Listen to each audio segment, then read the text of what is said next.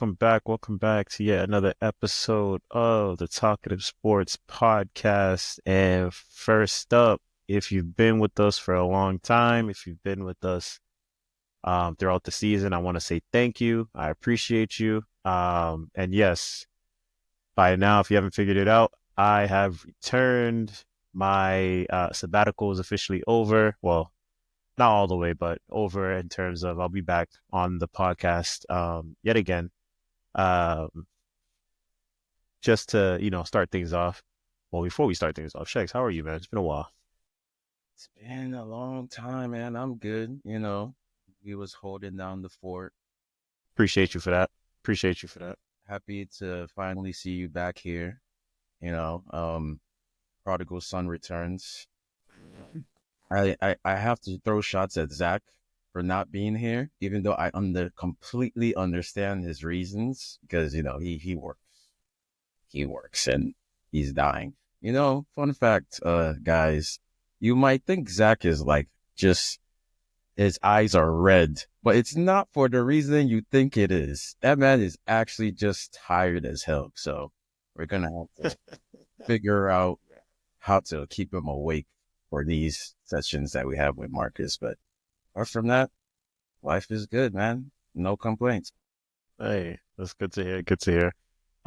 Zach may or may not be showing up today. So if you do, if you're watching us, you'll see him pop up when he pops up. But if you're one of our audio listeners, at some point, if you start hearing his voice, here's your disclaimer. He's just gonna pop up randomly if he does show up.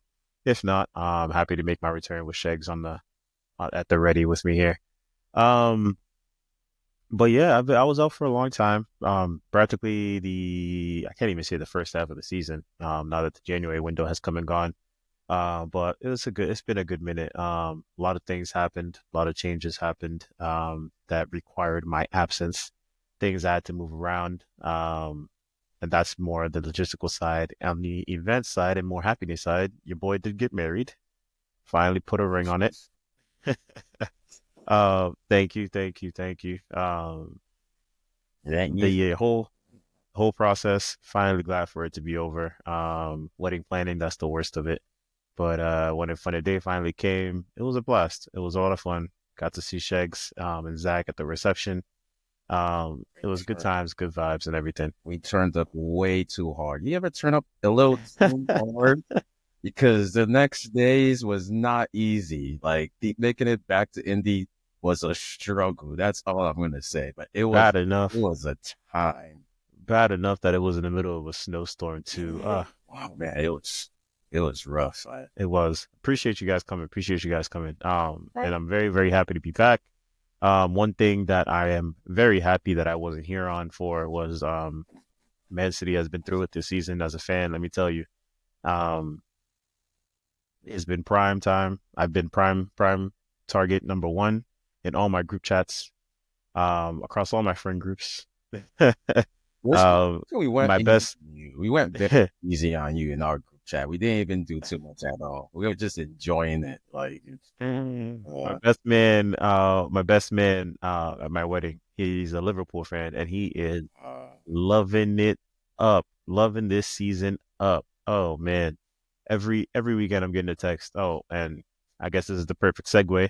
Well, actually, before we segue into the first match we're going to cover, which is obviously my citizens getting thrashed by Liverpool. What is that? Just wanted to share a quick update on my schedule. So remember at the beginning, I said I'm back, but not fully, but we're back making appearances.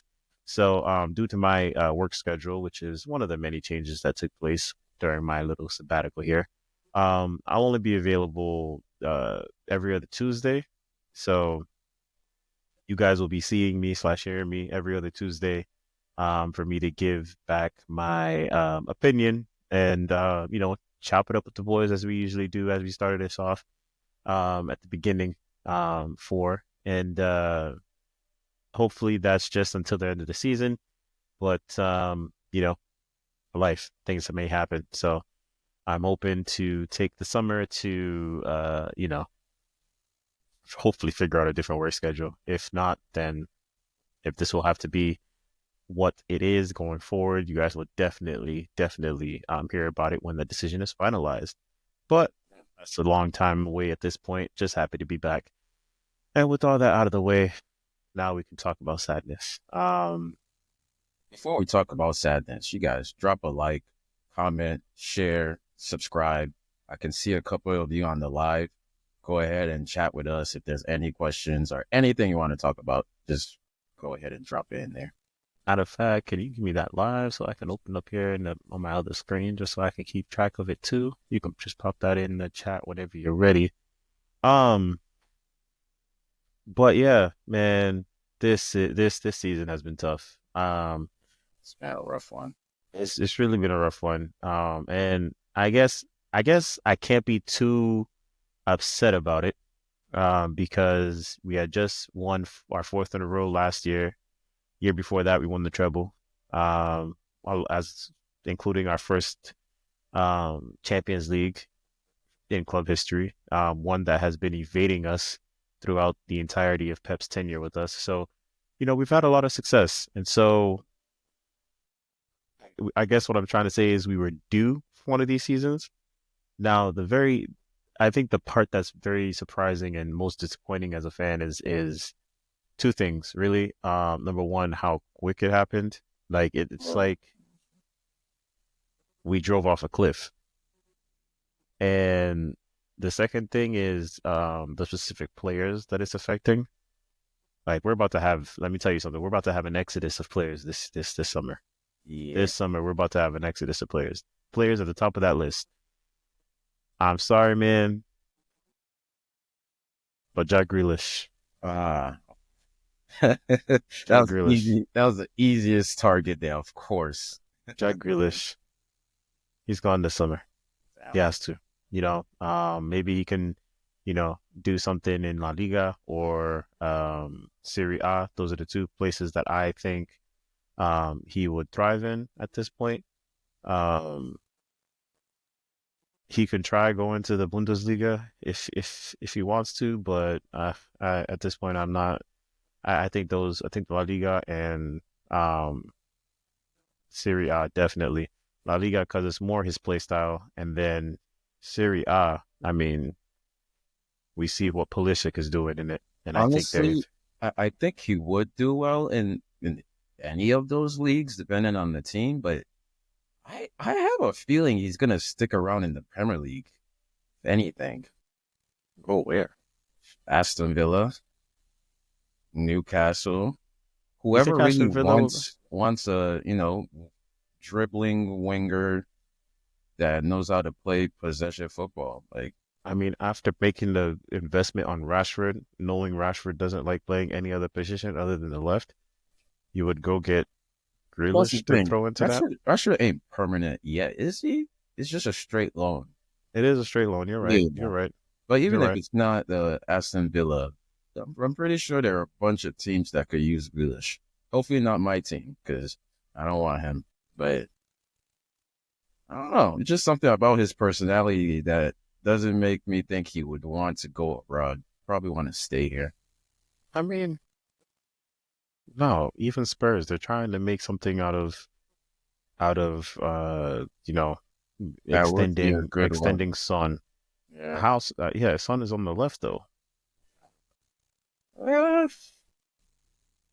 Grealish is a left winger. Yeah. Uh, Then work. so I'm I just mean, like, what you want to go they at play that point? Timo Werner there a lot. That could be. Yeah, when Son's getting rest, Yeah. when Son's getting rest, or one of their strikers is out. Who really needs a left winger? Arsenal, maybe? Martinelli be missing half the time. Arsenal could use one, but I don't know if Jack Grealish is who they want.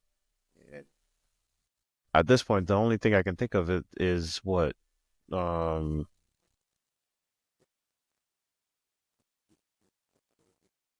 Brentford. Maybe even Man U. You never know. Yeah, there definitely should be bids from other teams for him, because I don't think he's as bad as people make him out to be. West Ham need help. Yeah, I thought first on your list would be KDB leaving. So here's the thing, right? So the reason why he's not the first on my list, although he was actually going to make the list just as a maybe, because we're still discussing the definites. So what I'll say is we'll get to him in a second, but um, definites Gundogan. I'm sorry, man. Back to the Bundesliga with you, or I could see someone in Serie A making an investment, but yeah, Gundogan, it's tough. John Stones might be out. John Stones might be out. Um, Silva, definitely, Kovacic. definitely. Kovacic might be out too. I'm not gonna lie to you. There's gonna be a mass exodus of players. Mass exodus. Now, to KDB, KDB's a maybe because reports came out earlier today that he's open to staying. Um, even if that means his role is a bit diminished going forward, since we are looking, if we are to believe reports, we are looking to find his replacement this summer. And sources say top of the list would be Florian Wirtz, but you know, I sources think are you sources. can still use KDB. He's he's not as good physically as he used to be, but he can still Yeah, make decent that's been contributions for that team. that's been the main concern. Right? In fact, Pep actually brought it up to Is him. his contract expiring? Yeah, it is. It's expired at in the summer. I believe so. Uh, let me see. Oh yeah, June 30, 25. Mhm. Yep. Wow. Yep. He could have already signed for another team if he wanted to. Yeah, but he wants to stay. He wants to stay. His family he's has made something for themselves in the area, and so I don't think he wants to leave. Um, so the question is, I don't know, man. will Just we last keep him? season, this man, I was like, please, can you please sell him back to us this season? I'm like, I don't even Nah, want. everything's starting to catch up with his body Yeah, because he can't go. He can't go full 90 minutes. He can't go. I don't even know if he can go 8 games straight full 90 minutes, including the midweek matches. So like, and at this point, he's not injury prone, but if he's like if John Stones is injury prone and who doesn't get injured? If John Stones is injury prone and someone like Rodri, who before this ACL really never got injured, yeah. KDB is definitely the in between them, between those two options, and then probably leaning more towards injury prone, although he's not exactly there yet. And so he's only getting older. So if but on the other hand, if he's willing to accept a bit part role, then I think that's a no brainer decision. Now would he also be willing to take a pay cut? Now that's the question. So, but time will tell. As for the performance against Liverpool, they are by far running away with the league. Um, with Arsenal doing what they're doing, which we'll discuss next. Not I even don't think close. Liverpool has any competition at this point. They they Kudos to Arne Slot. He's been doing a fantastic job. they've basically won the league at this point. It's just a matter of how soon, rather than will they. It's like what week. Somebody should do the math and figure out the soonest time they can win the league. It's is game 27. That's what 15 games to go. If this gap remains, Arsenal have a game in hand right To now. 15, Yeah, 15 games to go. isn't there 38? 38, So right? 38. 38. It's Or am only I 11. terrible at math again? Oh my Only goodness. 11. Yeah, I'm terrible at math. Oh, Actually, it's well. God, why is my brain hurt? It's if 11 there's games left. It's 11 games left. Is it 38? Oh my God, I'm so bad at that. 19 times 2. 38, yeah. So only 11 games left, right? are you sure you're okay, bro? I'm concerned. I'm not okay, man. I've never been okay. Wow. But yeah, Liverpool have won the league. It's just not official yet. Arsenal do not have the capacity to make that up, especially with their injuries. And Liverpool are just, winning games when they play bad, drawing games, coming back when they play bad to avoid the loss. And it's like Arsenal are still going to lose again this season. Yeah. Oh, for sure. Yeah. For sure. Like the only chance is to basically just go on a crazy win. It has to be a winning streak. And Liverpool, they have an 11-point gap right now. It's just sorry, Arsenal. Maybe next season. Like that just You know happens how long we've been saying that? for like 5 years now. It's so funny. I love to say it. Put a pin in it. We'll discuss Arsenal next. I guess before we leave Liverpool and this topic with City altogether, do you think they extend their big stars, Van Dijk, Salah? Um, do they do something? Do they let Trent walk out the door? Like, what do you think? What do you think do they do going forward? They have to resign Salah, man. Okay. He's irreplaceable. It like their whole thing was, oh, can he keep doing what he's been doing?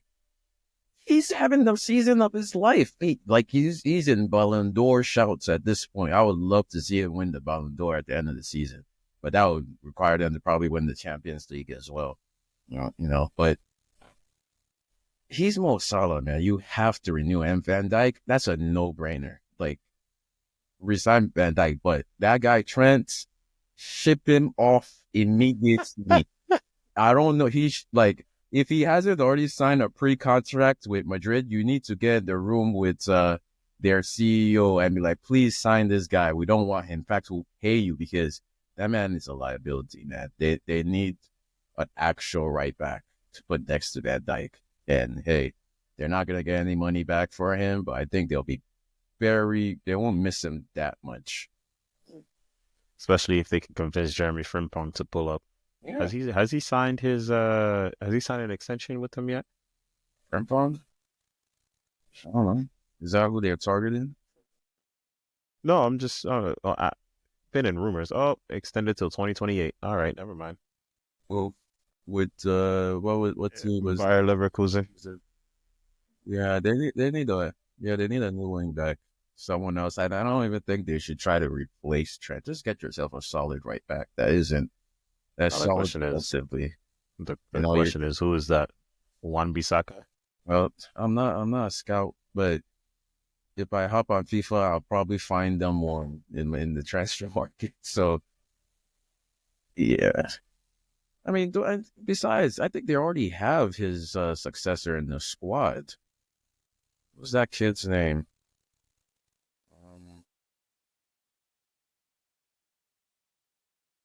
No, it's not Joe Gomez. What's that kid? Is it? No, no, no. Is it Connor Bradley?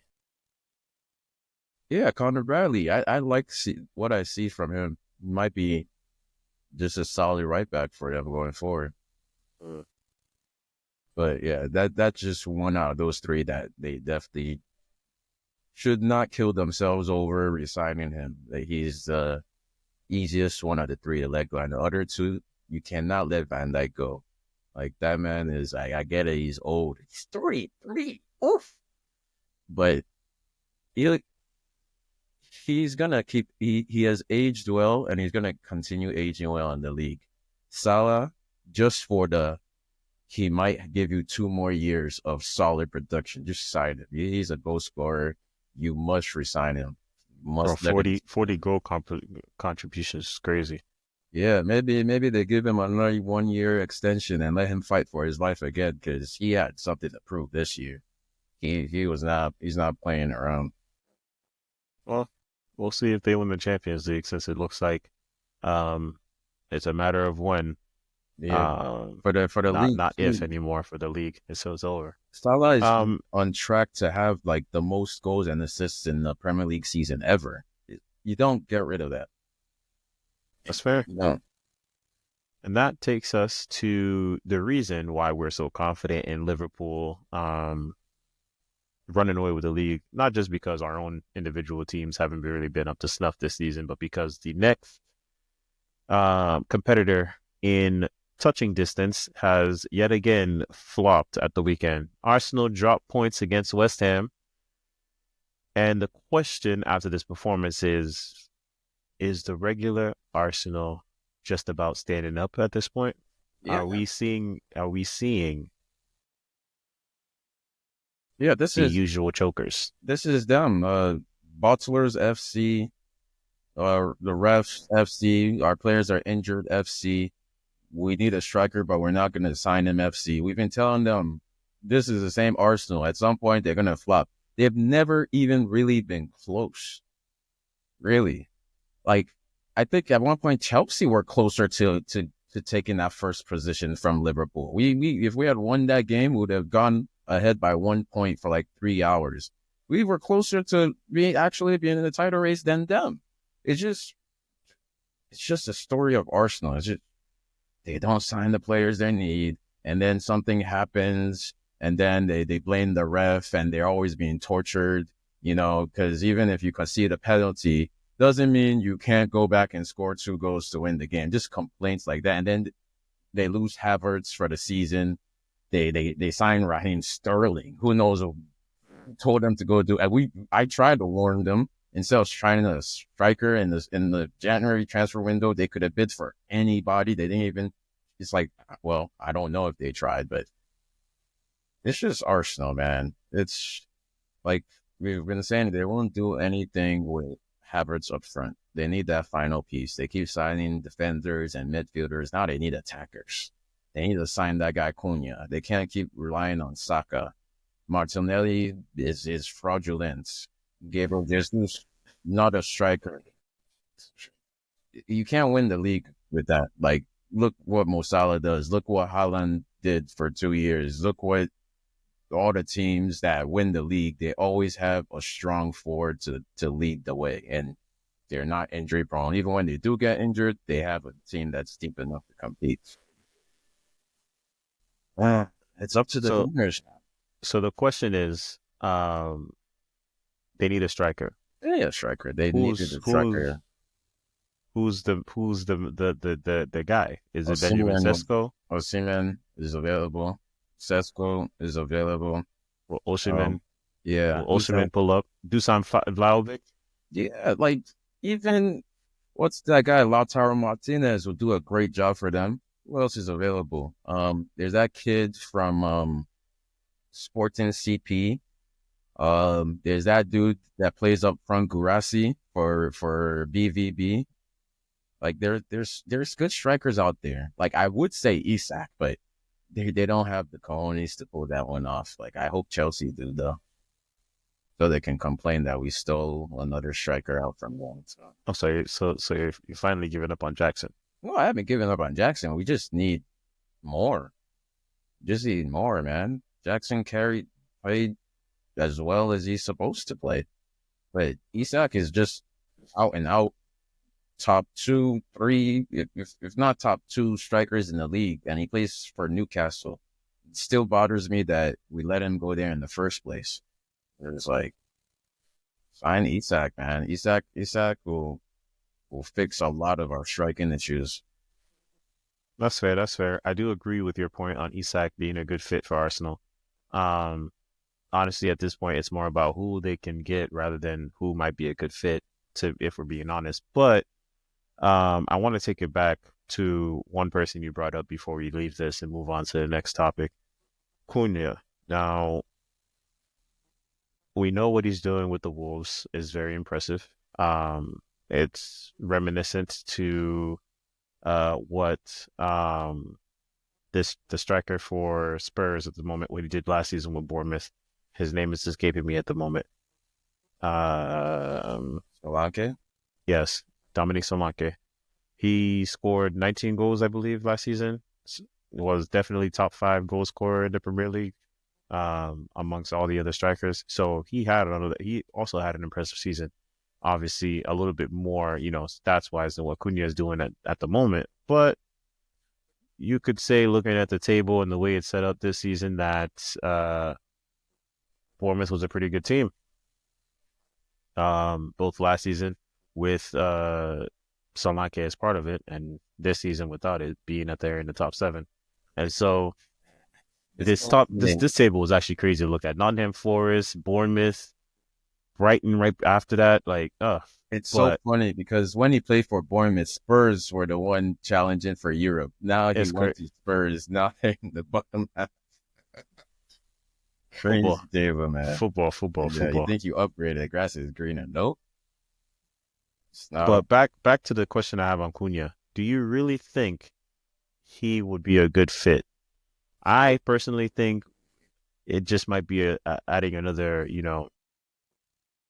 potential head case to a group of head cases. Seems like since Arsenal definitely have the league leading in red cards since Arteta's been hired. If they don't, I'd be very surprised.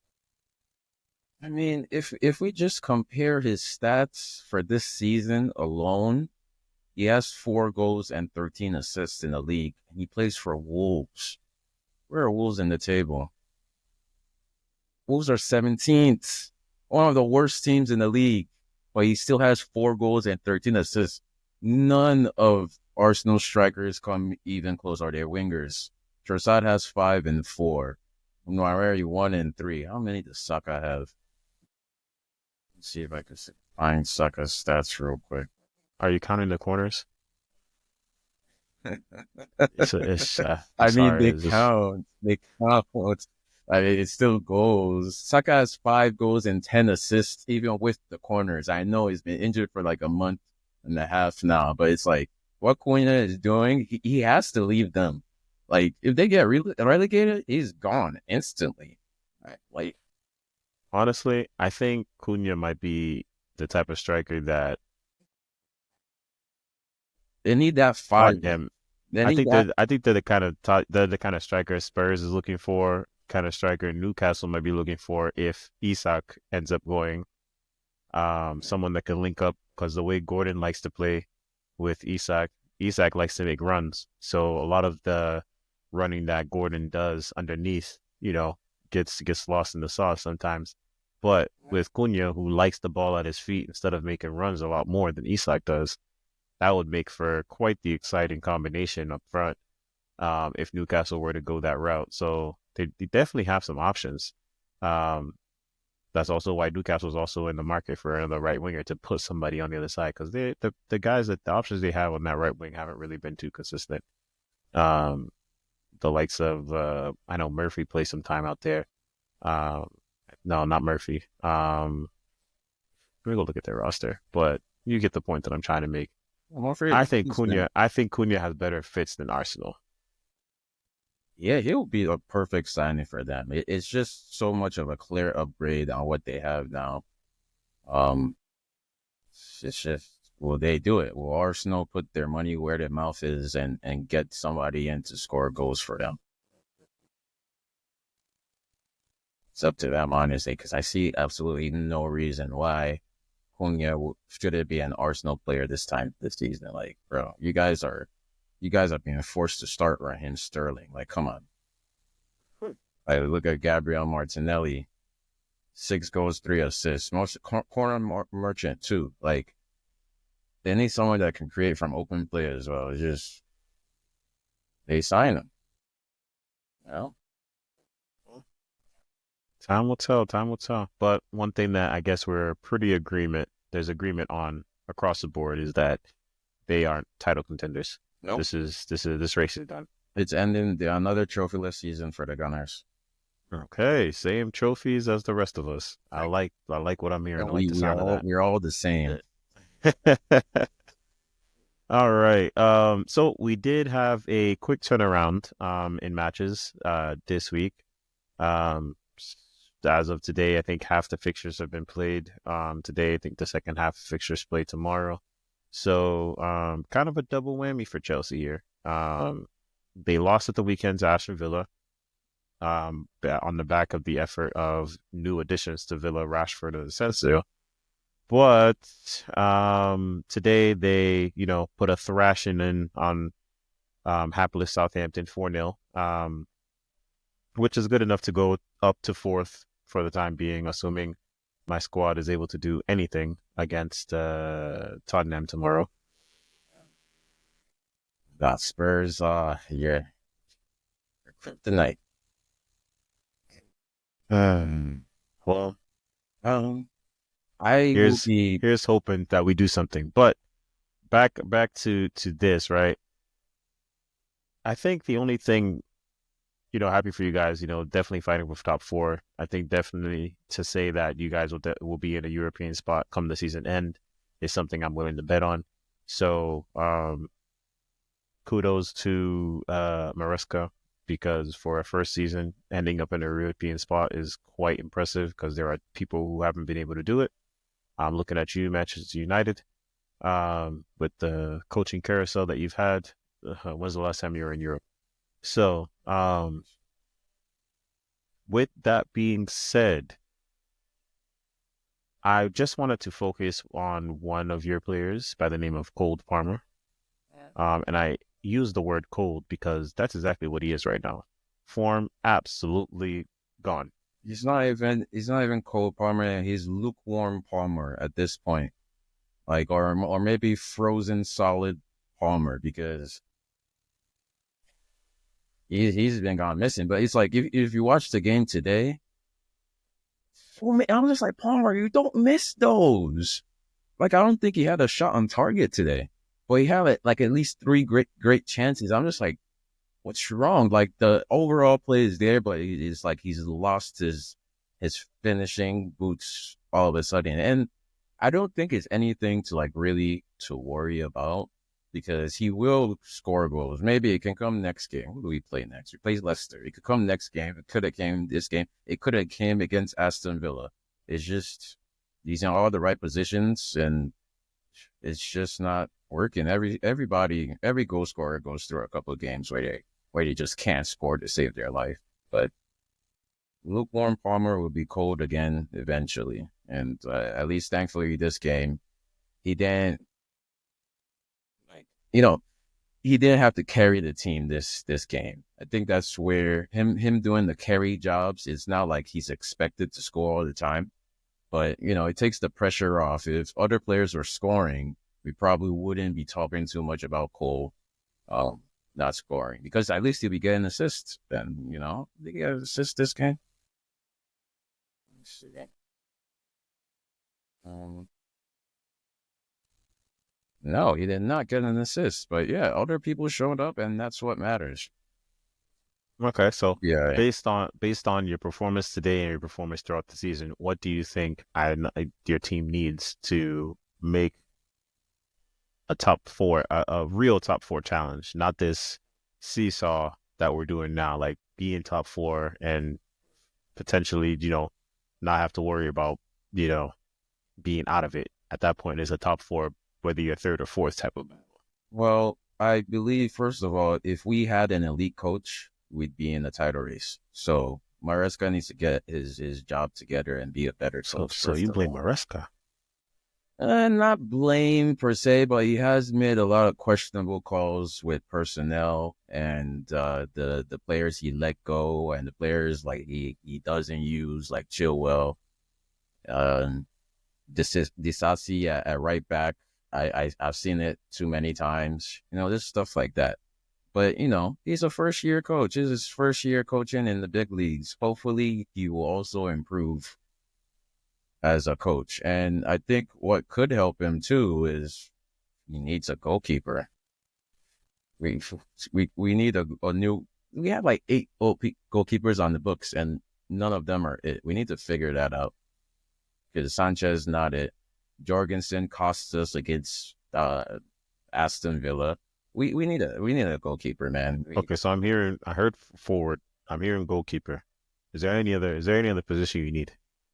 Um, I say we need a defender too. We need like a Thiago Hernandez. We need like a solid center back. We need a brand new spine. Is basically what I'm saying. We don't have that elite striker. We don't have we have elite midfielders, so that's okay. But then again, Lavia just cannot stay healthy, so maybe we need another one. Actually, no, we don't. We have those Brazilian kids coming in the summer. So our midfield is good, but defense, Fofana just came back from injury. He was on the bench today, but it's like he probably won't be fit for the rest of the season. So we need a world class center back, world class forward, and world class goalkeeper. Just three signings. I know we already have all the other little pieces on the side, the little wingers and all the kids that we bought that can fill in those spots. But without goalkeeper, defender, and striker, we're gonna yo-yo a lot. We're gonna yo-yo a lot. And hey, I still think that we could have been much better this year, but I'm just gonna let Maresca slide. I'm not gonna go too much on him because, like I said, he's new. A lot of this people he's been getting are not the best quality of player, and it takes time. It takes time to build a team that can fight for titles. So it's like, yeah, at least this year, top five for probably fifth position will probably qualify for the Champions League this year. So if he cannot outcoach Guardiola, it won't be that big of a deal. If we finish fifth, we'll still be in the Champions League, which I don't think we're not gonna finish above City at the end of the day. So Yeah. The way we look, bro, at times. Then again, I'm happy to be fighting in this position because at one point in the season, it looked like the best we could hope for was Europa Conference. yeah. So to be fighting for a Champions League position and be firmly in the fight, I think we've saved the season. So that's what I have to say as a Man City fan. Others will probably not agree, but hey, Yeah, I think Man City, like, y'all be all right. All right. It's just it's not even a terrible season. If you want to talk about people having a terrible season, we can talk about Spurs and Man U. Now that is I mean, we don't need to talk about Spurs. one or both Spurs, those teams. we don't need to talk about Spurs. Spurs are just the epitome of frauds. And honestly, I have to say, at the beginning of the season, if you've been watching, if you joined us and subscribed to us, if you're a new subscriber, first off, I want to say thank you. I noticed that due to my sabbatical, our subscriber count was slowly on the rise. So thank you for hopping on the bandwagon and joining us for our little chats here and there. We really appreciate you. Now, if you subscribe to us in the middle of the season, or if you're a new subscriber, as of like recent weeks, you didn't hear our predictions for best summer signing or signing of the season. I forget what we called it. Now, me thinking and trying to build off the back of the successful football that Spurs put out last season, and it really was successful football. They really, surprised me to say the least. They ran and held a top four position. At one point last season they were leading the pack. So that was completely unexpected, and I thought that they would only build on it this season, especially after signing a goal scorer like Dominic Solanke, who, at the time, what was seen as a great performance and really carrying a bad team to a good spot and in a table at the end of the season. The idea was, you can only imagine what he could do with Spurs, the talent available to him at Spurs. Nope, has not been the case. They are 11th. Yeah, I think they're 12th actually. No, yeah, 12th. They are 12th. 12th. Absolutely helpless. The only reason they're just not worth talking about is because this was bound to be expected when you looked at the signings that they made coming into the season and the signings that they made in January. I don't even think they made any signings. Now, the major signing they made in summer was bringing on Dominic Solanke, who admittedly I was overjoyed for as a football fan in general, and just for the purposes of this podcast. they're actually making some moves and they're actually gonna do some things because Dominic Solanke, he had a hell of a season last year. He's a proven Premier League goal scorer. You put him next to Son and whoever else you have on the right wing, he's gonna have a lot more chances than what he was able to make do with at Bournemouth. And we have never been so wrong. Well, I have never been so wrong. Like I don't like outside of the Dominic Solanke signing, all the rest of their signings were youngins, future pieces. Like they didn't bring in anybody of note other than Dominic Solanke. Your only real midfielder you have that, provides some creativity into the squad is James Maddison. Everybody else that is worth their salt creative wise, you need them focused on, scoring goals. The likes of Son. Solanke, his link-up game is pretty good. Link-up and hold-up game is pretty good. And he's been able to score a couple goals like that. Like, other than that, let me not say Pedro Porro you got coming from the back. You also have their super fast center back whose name is escaping me at the moment. So like they have pieces, but just like there's you look at it as a whole, and I'm just like, there's no cohesion. You have a gaping hole in the right. Like whoever you put out there, whether it's Timo, oh my gosh, Timo. That's another one I have to give up on because I'm thinking, how many more chances can you get? And the answer to that is you shouldn't be getting any more because you just don't deserve it. You just don't deserve it. You just don't deserve it. And the other dude that they have, the one that they got from was he at Juventus? They got him from a Serie A squad. I know that for a fact. Oh, Tell? No. The other one that plays right wing for them at times. If it's not Timo, it's him. Kulusevski. Oh, where has he been? I haven't seen him. Kulusevski, man. There, I'll tell you where he's been. Wherever Casper likes to hang out, because he's been a ghost. He's been a ghost. Hey, we want to talk about the true Casper. Where is Richarlison? I haven't cited him in months. That's their Richarlison is just there collecting a paycheck. Just there for vibes. He's a mascot. He's just a mascot at this point because he doesn't do anything when he's on the pitch. And this is what I'm talking about. Like when you really look at this squad, you have key guys. You have Salake, who I think is a good piece. You have Son, star player. Maddison, star player.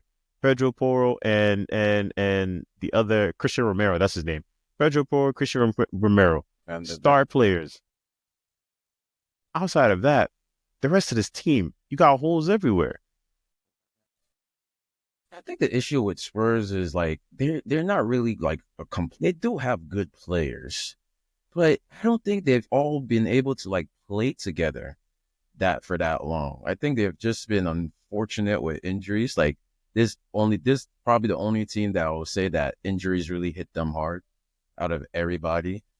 And it's like they're not adapting to the football. They don't have all the pieces they need to play the type of football their coach wants, but they're like halfway there. But at the same time, they've been injured and been forced to play the kids, and all those losses are just hitting their confidence.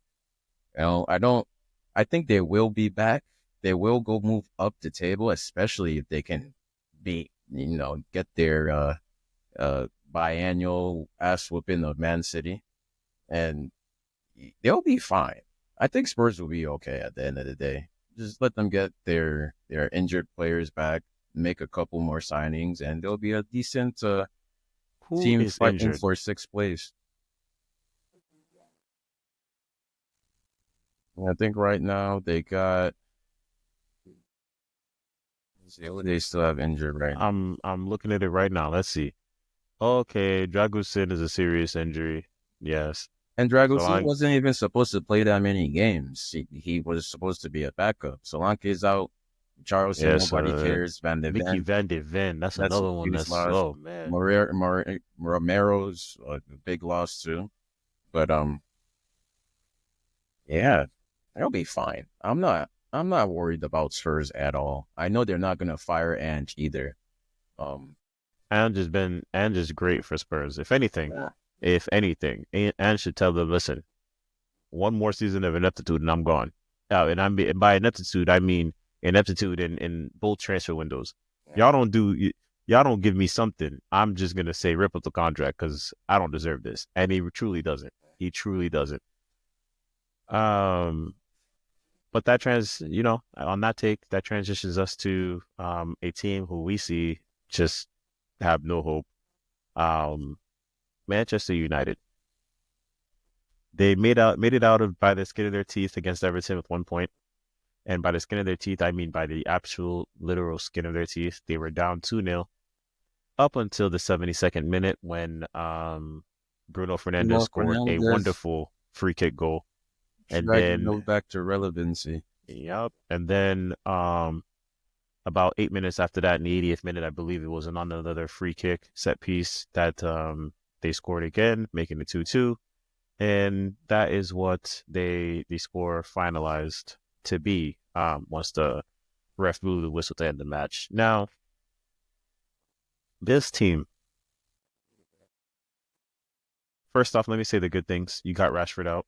Rashford was definitely someone who needed to go. Anthony is gone. You know, you got some key deadwood pieces out, right? So sometimes subtraction is addition. Yep. And I truly believe that that is the case here. However, that is more of the long-term case, not the short-term case. Now, in the short term, you let all these players go without bringing in anybody, not even anybody on loan. Your midfield needs help. You have potential in there with certain players, but they're young. You could use a more a bit of an older player, more of an experienced player, but not too old like what Casemiro is doing. Because he's costing you with the way he's not able to get around the pitch.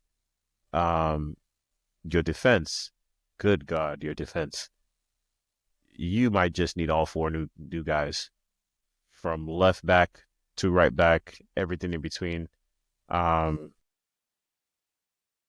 not too sure if goalkeeper might need some help too, in terms of another piece that you need to go out and buy, because it could just be a case where the front four in front of him are just so bad, with Lisandro Martinez being out for the season and things like that, that he just doesn't. Aldana just doesn't have a chance. At least that's the hope. But outside of that, you hired a new manager, a manager that's managed to beat us twice in the same season. One with you, by the way, back to back. And yet you are stone's throw away from being in a relegation battle. There's no hope for you winning any trophies this year, which is going to be the second year in a row. There's no hope for you. Oh, they could win the Europa League. Hmm? They could win the Europa League This season. Okay, fair enough. You still have one active. There's no hope for you to finish into a European spot organically this season. Oh yeah, they could. So yeah. I said this last episode, man. These men are gonna suffer. It's not gonna get better. It's probably gonna get worse. They're having a generational terrible season, breaking all the records that I thought were unbreakable under Ten Hag, and who was before Ten Hag? Starts with an O. You know the guy. Solch. Ole Gunnar Solskjaer. Yeah. I'm like, it's just terrible. And it's like, as compared to Spurs, this guy has zero of the players he wants. And he did not have an entire season to prepare. He didn't even have half a season. He was just thrown into the deep end. He has like the worst job in world football, because Man United fans want to be, they want to magically be Man United of 10 years ago under Fergie, but they keep just bad management, mismanagement at all levels of the club. And this is the result. Just years and years of of Radamel Falcao's and Casemiro and Di Maria has led to this point. And now Rashford is so happy to play for Aston Villa. You even got Richarlison. I said Richarlison. You got Anthony balling out in La Liga.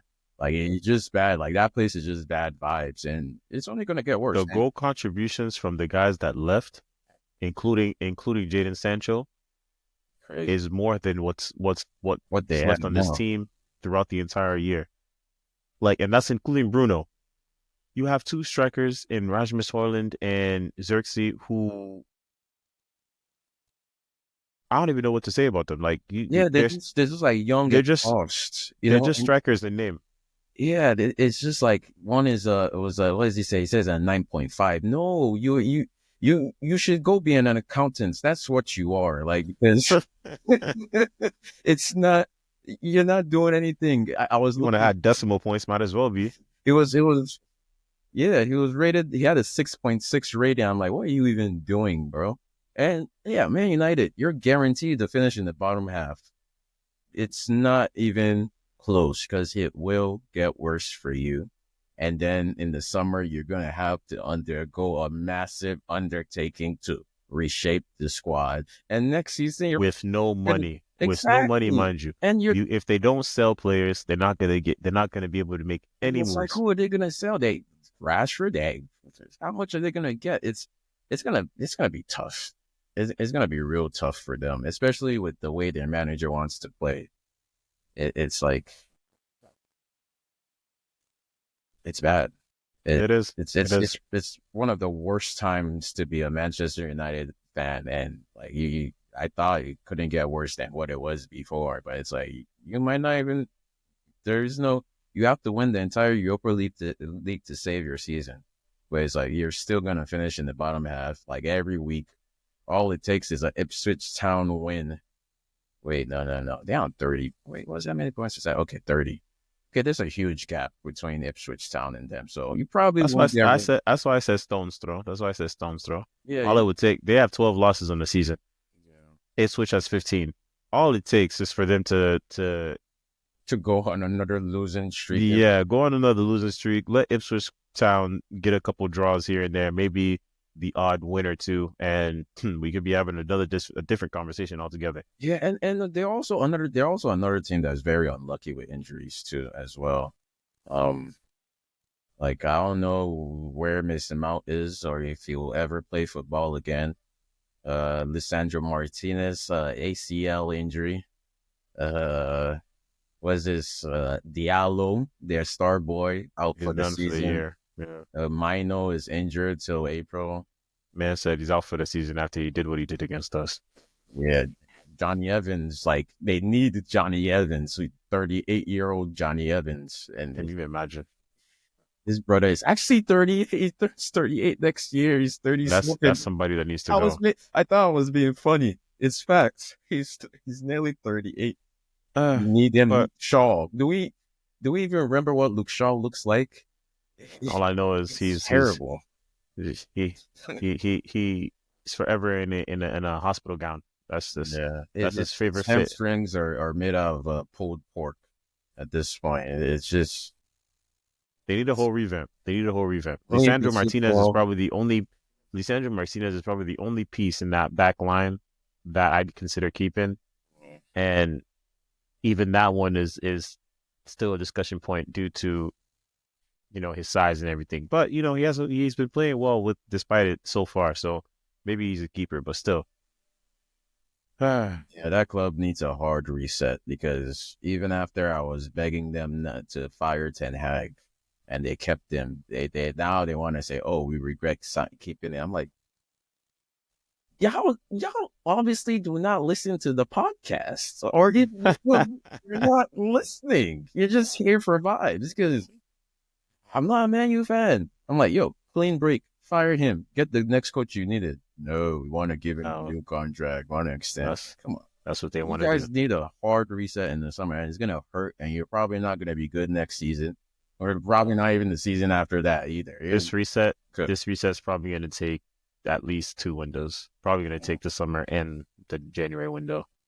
And then maybe next summer they're finally able to make serious purchases. But that's all down the line. And with that, that brings us to the end of yet another episode. If you've listened with us and you've been with us, watching us through this point, we appreciate you. Like, comment, subscribe, share with your friends, all that good stuff. I'm happy to be back. And as I mentioned at the top, I'll be back every other Tuesday, starting from today. So next week you won't hear me, but the week after that you'll hear me, and so on and so forth. Um, hey, it's really good to be back. And until then, as always, we appreciate you guys. Catch you on the next one. Peace.